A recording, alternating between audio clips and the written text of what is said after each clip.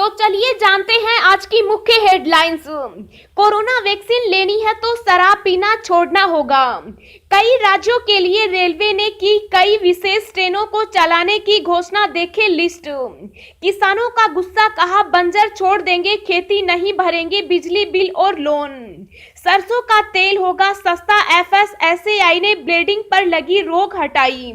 Railway भर्ती परीक्षा की गाइडलाइंस जारी, जानिए पूरी डिटेल्स।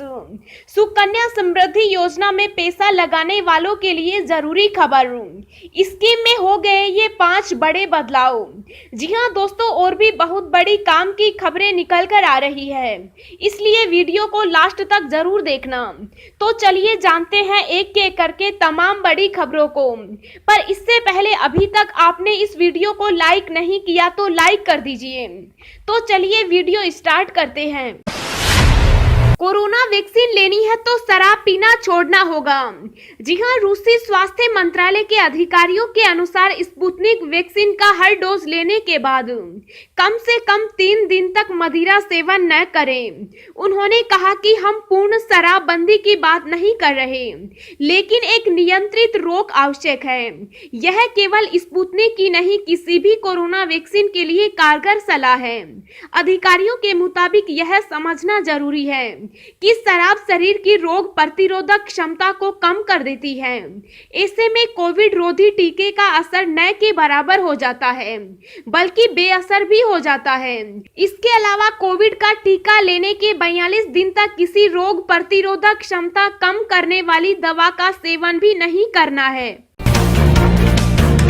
किसान आंदोलन, बंजर छोड़ देंगे खेती, नहीं भरेंगे बिजली बिल और लोन। जी हां, कृषि कानूनों को लेकर 14 दिन से गाजीपुर बॉर्डर पर धरने पर बैठे किसानों ने सरकार की ओर से आए प्रस्ताव को ठुकराते हुए कहा कि यदि तीनों कानूनों को वापस नहीं लिया तो वह अपनी जमीन पर खेती करना छोड़ देंगे, उसे बंजर छोड़ दिया जाएगा। चेतावनी दी कि वह न तो बैंकों के लोन की किस्त जमा करेंगे और न ही बिजली के बिलों का भुगतान करेंगे। पहले ही किसान परेशान था, अब सरकार के नए कानूनों से उसकी कमर टूट जाएगी। हिदायत दी कि अब वह उतनी ही खेती करेंगे कि जिससे उनके परिवार का गुजारा हो जाए और बाकी को बंजर छोड़ देंगे। बदल गया है ऑनलाइन ट्रेन टिकट बुकिंग कराने का तरीका, जाने पूरी खबर। जी हां, रेलवे ने ट्रेन टिकट बुकिंग करने के नियमों में बदलाव किया है। अगर आप अपना ऑनलाइन टिकट बुकिंग किसी और से कराते हैं तो अब इसमें एक कंडीशन जुड़ गई है। अब यात्रियों को टिकट बुकिंग के लिए अपना ही नंबर देना होगा। इसका सीधा मतलब ये है कि टिकट बुकिंग के दौरान दर्ज होने वाला नंबर जो यात्री सफर कर रहा है उसी का ही होना चाहिए। ई टिकट बुकिंग में रजिस्टर्ड कॉन्टैक्ट नंबर में यात्री को अपना ही नंबर एंटर करना होगा, चाहे टिकट बुकिंग किसी ने भी की हो। बता दें कि कई बार बहुत से रेल यात्री अपना टिकट दूसरे लोगों के अकाउंट से लेते हैं, तो ऐसे में उनका कॉन्टैक्ट नंबर पीआरएस सिस्टम में दर्ज नहीं होता। सरसों का तेल होगा सस्ता, एफएसएसएआई ने ब्लेंडिंग पर लगी रोक हटाई। जी हां, सरसों तेल के उपभोक्ताओं के लिए अच्छी खबर आई है। दरअसल सरसों के तेल में प्रयोग होने वाले ब्लेंडिंग को लेकर भारतीय खाद्य संरक्षण व प्राधिकरण ने लेटर जारी किया है। इसके बाद देश भर में सरसों के तेल की कीमत कम होने की उम्मीद है। सरकार ने अक्टूबर में ब्लेंडिंग पर रोक लगा दी थी। सरकार के इस फैसले के बाद से तेल की कीमतों में इजाफा होना शुरू हो गया था। नतीजा यह निकला कि देश भर में सरसों तेल की कीमतें बढ़कर 150 से 190 रुपए प्रति लीटर हो गई। सरकार के निर्णय के खिलाफ कुछ कंपनियों ने दिल्ली हाईकोर्ट का दरवाजा खटखटाया। हाईकोर्ट में ब्लेंडिंग को लेकर दायर याचिका पर सुनवाई हुई। इसके बाद भारतीय खाद्य सुरक्षा और मानक प्राधिकरण ने सरसों के तेल पर लगी ब्लेंडिंग की रोक को हटा दिया। रेलवे भर्ती परीक्षा की गाइडलाइंस जारी, जानिए डिटेल्स। जी हां, रेलवे भर्ती बोर्ड ने 15 दिसंबर 2020 से शुरू हो रही रेलवे भर्ती परीक्षा के लिए गाइडलाइंस जारी कर दी है। परीक्षार्थियों को परीक्षा केंद्र पर साधारण मास्क पहनकर जाना होगा। डिजाइनर मास्क पहनने वाले परीक्षार्थियों को परीक्षा केंद्र पर जाने की अनुमति नहीं दी जाएगी। जो कैंडिडेट्स मानक के विपरीत मास्क पहनकर परीक्षा केंद्र आते हैं उन्हें परीक्षा केंद्र जाने की अनुमति नहीं होगी। कैंडिडेट्स मुंह पर रुमाल या गमछा बांधकर भी परीक्षा नहीं दे पाएंगे। डिजाइनर मास्क, रुमाल या गमछा परीक्षा केंद्र में प्रवेश से पहले उतरवाया जाएगा। परीक्षा केंद्र पर परीक्षार्थियों को साधारण मास्क पहनना होगा। आरबीआई ने इस भर्ती परीक्षाओं के लिए पर्याप्त मास्क की उचित व्यवस्था कर ली है। रेलवे भर्ती बोर्ड 15 दिसंबर 2020 से मिनिस्ट्रियल और आइसोलेटेड पदों की परीक्षा कराएगा। इसके बाद 28 दिसंबर से NTPC non technical popular category की परीक्षा शुरू होगी। आरआरबी एनटीपीसी भर्ती परीक्षा मार्च 2021 तक आयोजित की जाएगी। कोरोना महामारी के दौरान इन परीक्षाओं के आयोजित कराने को ध्यान में रखकर गाइडलाइन तैयार की गई है। इसी गाइडलाइन में परीक्षार्थियों को साधारण मास्क पहनकर आने का निर्देश दिया गया। दोस्तों, अगली खबर जानने से पहले आपसे एक रिक्वेस्ट है कि इस वीडियो को बनाने में मुझे बहुत ज्यादा मेहनत लगती है, तो इस मेहनत के लिए वीडियो को एक छोटा सा लाइक जरूर करें। योगी सरकार ने शुरू की कोरोना वैक्सीन लगाने की तैयारी, जानिए पहले किसे लगेगा टीका। जी हां, कोरोना महामारी से बचाव के लिए वैक्सीन का इंतजार जल्द खत्म होने वाला है। केंद्र सरकार ने जहां सभी राज्यों को इसके स्टोरेज और लगाने की रूपरेखा तैयार करने को कहा, वहीं उत्तर प्रदेश की योगी सरकार ने इसके लिए कमर कस ली है। यूपी में कोरोना वैक्सीनेशन की तैयारियां अंतिम चरण में है। सबसे पहले जिन्हें वैक्सीन लगेगी उनमें डॉक्टर्स और पैरामेडिकल स्टाफ शामिल हैं। इसके लिए शासन की तरफ से सभी जिलों के सीएमओ को निर्देश दिया गया है कि वह सभी सरकारी और गैर सरकारी अस्पतालों के डॉक्टरों और पैरामेडिकल स्टाफ की सूची तैयार कर भेजी जाए। इसी सूची के आधार पर टीकाकरण अभियान की शुरुआत होगी। कहां फंसा है आंदोलन का पेच, क्यों सरकार के झुकने के बाद भी नहीं मान रहे किसान। जी हां, सरकार के साथ किसानों की कई दौर की वार्ता विफल रही। किसान कृषि कानूनों को रद्द कराने पर अड़े हैं। दूसरी ओर सरकार का कहना है कि तीनों कानून सही हैं, इसे रद्द करने की कोई बात नहीं। किसानों की बात से लग रहा है कि विरोध प्रदर्शन लंबे दिनों तक चलेगा।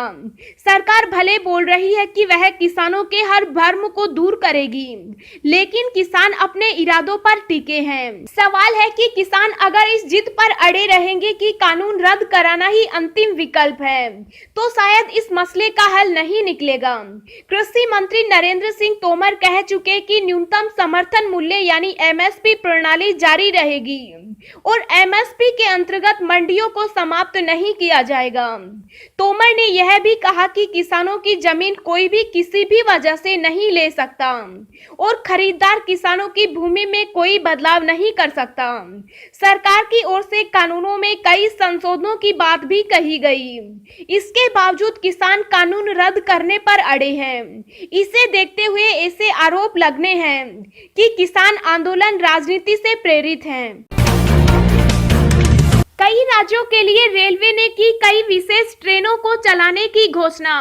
जी हां, कोरोना काल में बंद हुई रेलवे की गति अब धीरे धीरे जोर पकड़ने लगी है। रेलवे लगातार एक के बाद एक ट्रेनों को पटरी पर उतार रहा है। इससे लोगों को सुविधा तो हो ही रही है, वहीं लोगों को अब कम से कम समय में अपने गंतव्य पर जाने का दूसरा साधन भी मिल रहा है। इसी कड़ी में रेलवे ने कई और विशेष ट्रेनों को चलाने की घोषणा की।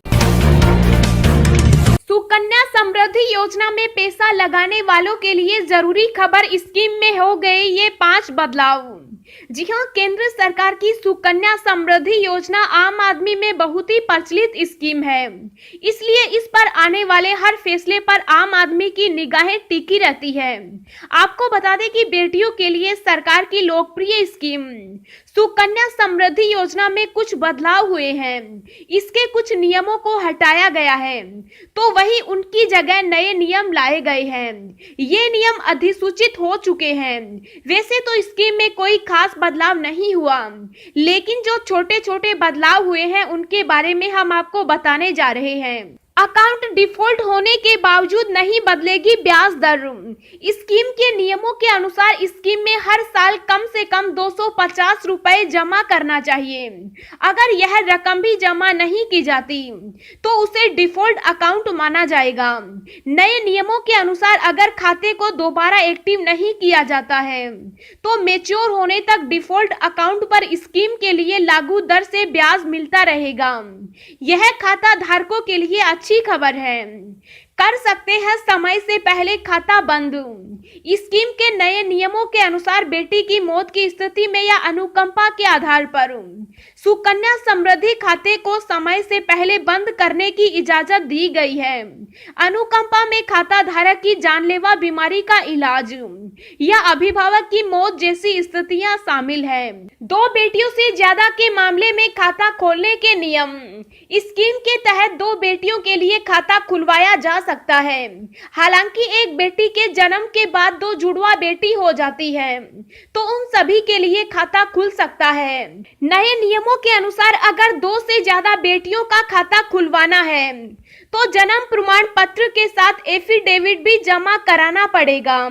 खाता ऑपरेट करने के नियम। नए नियमों के अनुसार जब तक बेटी 18 साल की नहीं हो जाती तब तक उसे खाता ऑपरेट करने की मंजूरी नहीं दी जाएगी।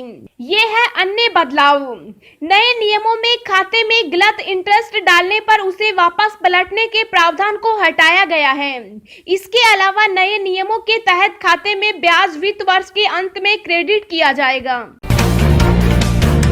अब व्हाट्सएप में बदल जाएगा शॉपिंग करने का एक्सपीरियंस। दुनिया भर में लॉन्च हुआ कार्ड फीचर। जी हां, अब व्हाट्सएप का इस्तेमाल सिर्फ चैटिंग के लिए ही नहीं बल्कि शॉपिंग के लिए भी किया जाने लगा है। कंपनी ने कार्ड फीचर लॉन्च कर दिया है। अब यूजर्स किसी बिजनेस के कैटलॉग में आसानी से उनके प्रोडक्ट और सर्विसेज देख सकते हैं और उनके बारे में चैट कर सकते हैं। इससे बिजनेस के लिए भी कस्टमर्स की चैट्स मैनेज करना आसान हो जाएगा। व्हाट्सएप का कहना है कि वह यूजर शॉपिंग के इस एक्सपीरियंस को और भी ज्यादा आसान बनाना चाहते हैं, इसलिए व्हाट्सएप पर कार्ड फीचर लॉन्च किया जा रहा है। कार्ड तब बहुत काम आता है जब यूजर ऐसे बिजनेस से शॉपिंग कर रहे हो जो एक से ज्यादा प्रोडक्ट बेचते हैं, जैसे कि रेस्टोरेंट या कपड़ों की दुकान।